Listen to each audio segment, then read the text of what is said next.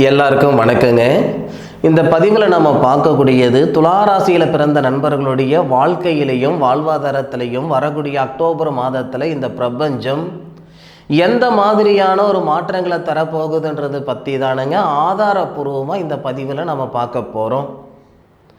October மாதம் 1ஆம் தேதி செவ்வாய்க்கிழமை அதிகாலை பூரம் நட்சத்திரம்னு சொல்லக்கூடிய பார்வதி அம்மன் அவதரித்த நட்சத்திரமான பூரம் நட்சத்திரம் சிம்ம ராசியில் மிதுன லக்னத்தில் தானுங்க இந்த மாதம் பிறக்கப்படுது. 142 டிகிரியில் துளாராசி நண்பர்களுக்கு இது சாதகமாக இருக்குமா அல்லது பாதகமாக இருக்குமா? துளார் ராசியாதிபதி சுக்கிரன், சுக்கிர பகவானுடைய சாரத்தில் தான் இந்த மாதம் பிறக்கப்படுது. அதுபோக சுக்கிர பகவான் ஆட்சி நிலையில் இருக்கும் பொழுது தான் இந்த மாதம் பிறக்கப்படுது. துளார் ராசியாதிபதி சுக்கிர பகவான் துளார் ராசியில் சுவாதி நட்சத்திரம் 3வது பாதத்தில் 195 டிகிரியில் இருக்கக்கூடிய தருணத்தில் தான் இந்த மாதம் பிறக்கப்படுது. பொதுவாக எல்லாருக்குமே மனசுக்குள்ளே 1000 ஆசைகள் இருக்குங்க. அதுக்கான நேர காலங்கள் வந்தால் தான் அது சாத்தியம். துளாராசி நண்பர்களுக்கு ஏற்கனவே குரு பகவான் ராசிக்கு 8வது பாவகத்தில் மறைவு ஸ்தானத்தில் இருக்கிறதுனாலையும், துளாராசி நண்பர்களுக்கு 5வது பாவகத்தில் சனி பகவான் இருந்ததுனாலையும் உழைப்புக்கு தகுந்த உயர்வு கொடுத்துருந்துருக்காது, வாழ்க்கைக்கேற்ற வளர்ச்சி கொடுத்துருந்துருக்காது. ஏதோ ஒரு மிஷின் வாழ்க்கை வாழ்கிற மாதிரி தான் கிட்டத்தட்ட இந்த 1.5 வருஷ காலம் இந்த துளாராசியில் பிறந்த நண்பர்களுக்கு இருந்திருக்கும். நிச்சயமாக பறக்க பறக்க பாடுபடுறதானுங்க பாட்டுக்கு தகுந்த பலன் இல்லை, உழைப்புக்கு தகுந்த உயர்வு இல்லைன்னு சங்கடப்பட்டு இருக்கிற நண்பர்கள் நிறைய பேர் இந்த துளாராசியில் இருக்க தான் செய்கிறாங்க. அப்பேற்பட்ட துளாராசி நண்பர்களுக்கு இந்த மாதத்தில் வரக்கூடிய கோச்சார கிரக நிலைகள் ரொம்பவே சாதகமாக இருக்குது. உங்களுடைய ராசியில் இருக்கக்கூடிய சுக்கிர பகவான் ஆட்சி நிலையிலிருந்து உங்களுடைய ராசிக்கு 7வது பாவகன் சொல்லக்கூடிய திருமணஸ்தானத்தை பார்க்கக்கூடிய அற்புதமான தருணம். தனஸ்தானாதிபதிக்கும் திருமணஸ்தானாதிபதிக்கும் அதிபதியாக வரக்கூடியவர் செவ்வாய் இந்த மாத தொடக்கத்தில் துளாராசிக்கு 9வது பாவகத்தில் குரு பகவானுடைய சாரம் புனர்பூச நட்சத்திரம் முதல் பாதத்தில் 80 டிகிரியில் இருக்கக்கூடிய செவ்வாய் உங்களுடைய ராசிக்கு 4வது பாவகத்தை பார்க்குறார். பிரமாதமான ஒரு நேரம். உங்களுடைய ராசிக்கு 12வது பாவகத்தை பார்க்குறார், ஐன சுகஸ்தானத்தை பார்க்குறார். இதுவும் சிறப்பான ஒரு நேரம். அப்போது துளாராசியில் பிறந்த நண்பர்களுக்கு மன வாழ்க்கையில் இருக்கிற அந்த சங்கடங்கள் எல்லாம் சரிப்படுத்தும். திருமண காரகன் அப்படின்னு சொல்லக்கூடிய சுக்கிர பகவான் உங்களுடைய ராசியிலிருந்து திருமண ஸ்தானத்தை பார்க்கறதுனால நிறைய நண்பர்களுக்கு திருமணத்தில் இருக்கிற தடைகளும் நீங்கும். திருமணமாகி பிரிஞ்சு போன நண்பர்களும் மீண்டும் இணையறதுக்கான ஒரு சந்தர்ப்பமும் அனுகூலமும் ஏற்படுத்தும். 2வது பாவகத்துக்கு அதிபதி குரு பகவானுடைய சாரம் வாங்குறாரே செவ்வாய் தனஸ்தானாதிபதி.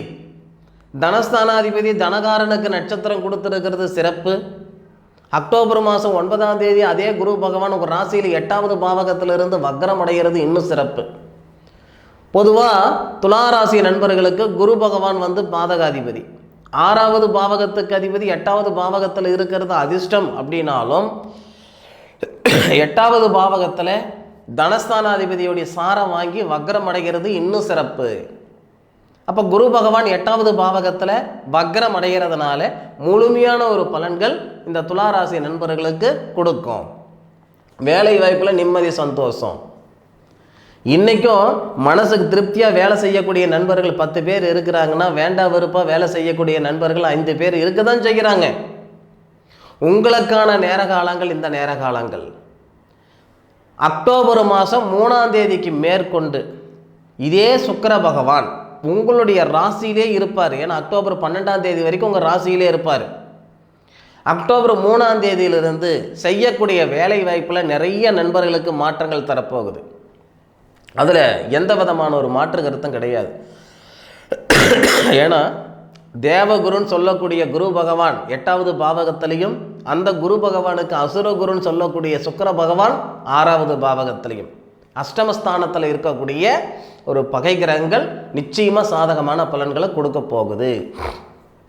அக்டோபர் 3ஆம் தேதியிலிருந்து நிம்மதி சந்தோஷம் மன வாழ்க்கையிலே ஏற்படும். அதுபோக நம்மளுடைய வாழ்வாதாரத்திலையும் ஏற்படுத்தும். அதில் மாற்று கருத்து கிடையவே கிடையாது. அக்டோபர் மாதம் 10ஆம் தேதி புதன் 12 கூடிய புதன் அதாவது ஐன சுகஸ்தானாதிபதினு சொல்லக்கூடிய கிரகம் உங்களுடைய ராசிக்கே வருவார். இந்த அமைப்பு நமக்கு சிறப்பாக இருக்குது.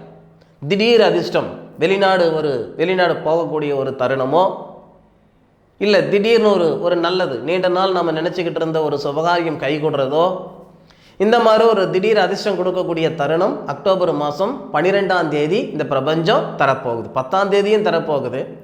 10ஆம் தேதி புதன் மாறும்போதே நல்லா இருக்கும். 12ஆம் தேதி சுக்கிர பகவான் மாறும் பொழுது இன்னும் சிறப்பாக இருக்கும். எப்படின்னா, குரு பகவானுக்கு வீடு கொடுத்த சுக்கிர பகவான் தனஸ்தானத்தில் இருந்து அந்த குரு பகவானை பார்ப்பார். இந்த திருமண காரகன் அப்படின்னு சொல்லக்கூடிய ஒரு கிரகம் புத்திரகாரகனை பார்க்கக்கூடிய அருமையான தருணம். அதனால் துளாராசியில் பிறந்த நண்பர்களுக்கு புத்திர செல்வம் பெறுகிறதுக்கு உண்டான தருணமாகவும் இந்த தருணம் வரும். அக்டோபர் மாதம் 12ஆம் தேதியிலிருந்து கிட்டத்தட்ட உங்களுக்கு அக்டோபர் மாதம் 31ஆம் தேதி வரை திருமணம் ஆயிட்டு புத்திர பாக்கியம் இல்லாமல் சிரமப்பட்டு இருக்கிற நண்பர்களுக்கு இது சிறப்பான ஒரு தருணமாக இருக்கும். நிச்சயமாக அதில் எந்த விதமான ஒரு மாற்று கருத்தும் கிடையாது. அதே மாதிரி அக்டோபர் மாதம் அந்த 12 தேதிக்கு மேற்கொண்டு பூர்வீகத்தில் இருக்கக்கூடிய சங்கடங்களும் சரிப்படுத்துகிற மாதிரி ஒரு சூழ்நிலைகள் ஏற்படுத்தும். அக்டோபர் மாதம் 17ஆம் தேதி சூரிய பகவான் உங்களோட ராசிக்கு வராரு. அதாவது லாபஸ்தானாதிபதினு சொல்லக்கூடிய சூரிய பகவான் துளாராசி ஜென்மத்துக்கு வராருங்க. வருடத்துக்கு ஒரு முறை தான் சூரிய பகவான் உங்கள் ராசியில் வருவார். சூரிய பகவான் உங்களுடைய ராசியில் லாபஸ்தானாதிபதி உங்களுடைய ராசியில் வராரு அப்படின்னா நீச்சமடைவார். குரு பகவானுக்கு 6வது பாவகத்தில் தான் இருக்கார். அது ஒரு வகையில் பரவாயில்ல. அப்போது இந்த தருணத்தில் பகைகள் எல்லாம் நீங்கும். போகாத இடத்துக்கு போனேன்னு பேர் வந்திருந்தாலும் சரி, செய்யாத தப்புக்கு செஞ்சன்னு பேர் வந்திருந்தாலும் சரி, வாங்காத பணத்துக்கு வட்டி கட்டிட்டு இருக்கிற மாதிரி ஒரு சூழ்நிலைகள் இருந்தாலும் சரி, நம்ம மேலே இருக்கக்கூடிய அவப்பெயர்களோ, இல்லை நம்ம மேலே இருக்கிற அந்த பழி பங்கமோ, அல்லது நம்ம மேலே இருக்கக்கூடிய ஒரு பகையோ, இதெல்லாமே நீங்கிறதுக்கான தருணத்தை நமக்கு அக்டோபர் மாதம் 17ஆம் தேதி உங்கள் ராசியில் சூரிய பகவான் வந்து நீச்சமடைந்து உச்சமாக இருக்கக்கூடிய இடத்த பார்ப்பார். அது நல்லா இருக்கும். அதுபோக எது எப்படி இருந்தாலும் என்னுடைய மனைவி மக்களுக்காக தாங்க நாங்கள் ஓடிட்டுருக்கிறேனுங்க, என் கணவருக்காக தான் நான் வேலைக்கே போயிட்டுருக்கிறேனுங்க அப்படின்னு சொல்லக்கூடிய துளாராசியில் பிறந்திருக்கிற நண்பர்களுக்கு 100% வேலை வாய்ப்பில் இம்ப்ரூவ்மெண்ட்டு தரும். அதில் மாற்று கருத்து கிடையாது. நிறைய பேர் கேட்டிருக்கிறீங்க, 60 வயசுக்கு மேலே இருக்கக்கூடிய 70 வயசுக்கு மேலே இருக்கக்கூடிய சீனியர் சிட்டிசன் அவங்களுக்கெல்லாம் எந்த பலனும் எந்த ஜோசிகாரரும் சொல்கிறது இல்லைங்க அப்படின்ட்டு. உங்களுடைய எதிர்பார்ப்பு என்ன அப்படின்னா, மன நிறைவான ஒரு வாழ்க்கை அமைஞ்சிடணும், உடம்பு ஆரோக்கியமாக இருக்கணும், சீக்கிரம் நல்ல விதமாக போய் சேரணும். இதுதான் அவங்களுடைய ஆதங்கமாக இருக்கும்.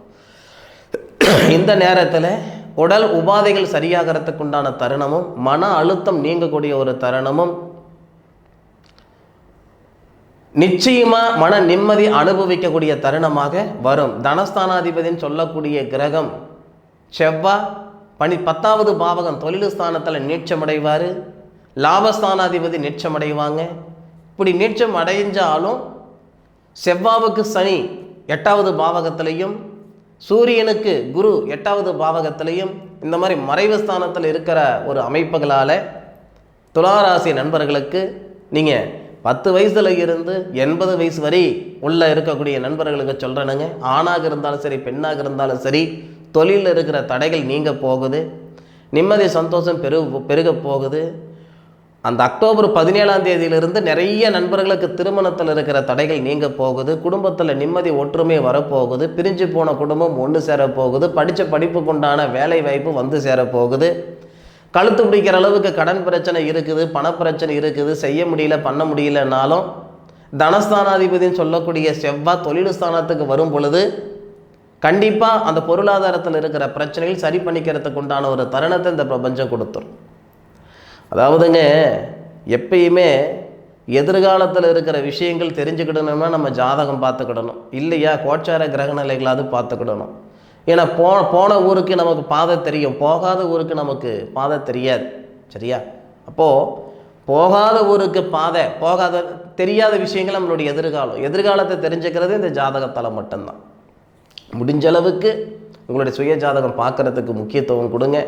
துளாராசி நண்பர்களுக்கு 100% வரக்கூடிய அக்டோபர் மாதம் சாதகமாக இருக்கும், அதில் மாற்று கருத்து இல்லை. சரி நண்பர்களே, இந்த பதிவு துளாராசி நண்பர்களுக்கு பயனுள்ளதாக இருக்கும்னு நினைக்கிறேனுங்க. மீண்டும் அடுத்த அற்புதமான தருணத்தில் உங்கள் அனைவரையும் சந்திக்கும் வரை உங்களிடமிருந்து விடைபெறுவது உங்கள் வீட்டு ஜோதிட நண்பனான காளிதாஸ் மணிகண்டன். திருச்சிற்றம்பலம். வாழ்க வையகம், வாழ்க வளமுடன்.